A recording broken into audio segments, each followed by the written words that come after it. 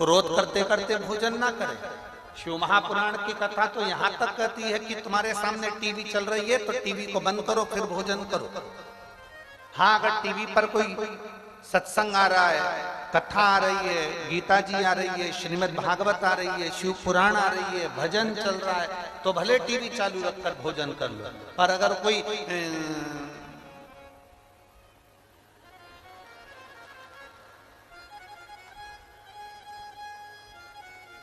भाभी जी घर पर है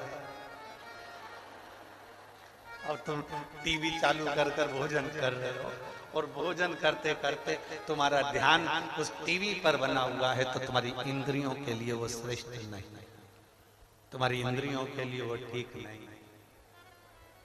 भोजन करो, रोते हुए भोजन नहीं। भोजन का बहुत बड़ा प्रमाण है, बहुत बड़ा है। कोई कोई हमारे भोजन करते समय हमारे सामने आ जाता है, घर पे आ जाता है। अब घर पर कोई भोजन करते समय आ गया तो तुम्हारे दो मन हो जाते हैं।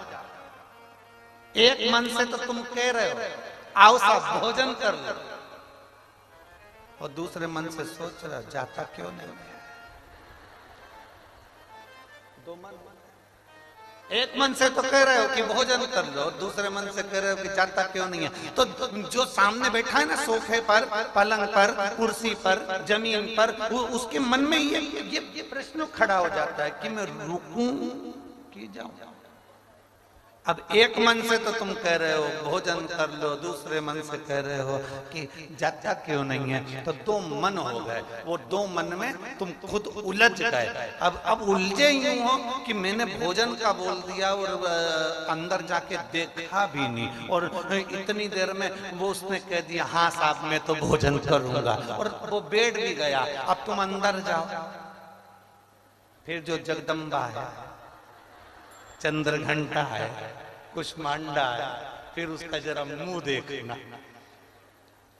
पहले नहीं बोलते बना, मैं ज्यादा लोगों का भोजन बना लेती, इतना सारा बना लेती, चार चार लोग सामने आके बैठ गए, इनको कहां से कराऊं, रोटी बनाना पड़ेगी, सब्जी बनाना पड़ेगी, ये बनाना पड़ेगा। इतने में पति बोला एक काम कर, मैं अपनी थाली उठा कर लाता हूं, उसमें जो जो रखा है तो वो दे दे। ए देवी थोड़ी देर चुप, तेरे हाथ जोड़। अब जो बाहर बैठा है ना वो भी उलझा हुआ है, खाऊं कि नहीं, क्योंकि अंदर जितने हैं ना वो सब खिलाने के पक्ष में नहीं है। और जो खा रहा था तो वो तो झूठे मुंह तो बोलना ही पड़ेगा ना कि लो साहब भोजन करो साहब, तो मन इसका भी नहीं था पर बोला है खाओ, और उसका मन था कि मैं खाऊं, अब वो भी उलझा था। वो इंद्रियों के लिए श्रेष्ठ नहीं, वो इंद्रियों के लिए ठीक नहीं। शिव कथा कहती है मेरे भोले बाबा जब प्रसाद ग्रहण करने बैठते थे, आकड़िया की रोटी बनाई, काकड़िया की साग, और पर से माता पार्वती जी पावे भोलानाथ, मन शिव रटोरे, छोड़ दो कपट मन शिव रटोरे। आकड़िया की रोटी बनाई, काकड़िया की साग, आकड़िया की रोटी बनाई, काकड़िया की साग, पर से माता पार्वती जी, पर से माता पार्वती जी पावे भोलानाथ, मन शिव रटोरे, छोड़ दो कपट मन शिव रटोरे, मन शिव रटोरे, छोड़ दो कपट मन शिव रटोरे। भगवान शिव की कथा कर रही है। पार्वती जी जो बनाती मेरे भोले बाबा उसको प्रेम से पा, मेरे शंकर भगवान उसको प्रेम से ग्रहण कर। और महाराज लगन तुमसे लगा बैठे, जो होगा देखा जाएगा। एक बार जोरदार ताली बजाकर पूज्य गुरुदेव।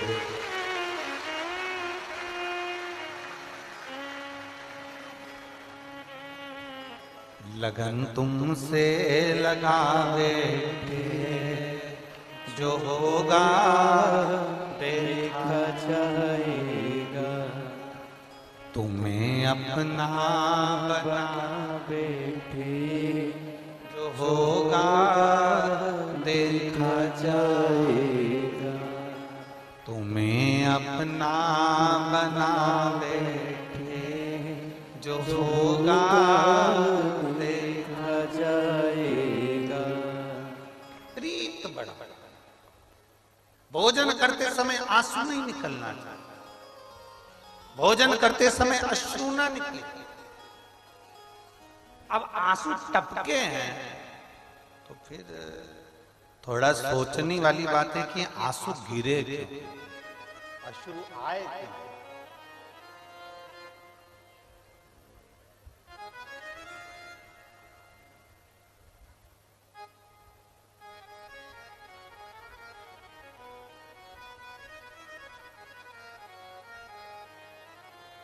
नारी स्त्री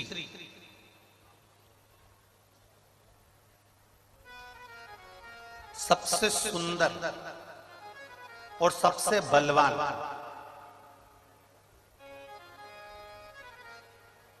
कब होती है? स्त्री ब्यूटी पार्लर में तैयार होकर आएगी तो ज्यादा सुंदर दिखेगी क्या? जम के बोलो जरा।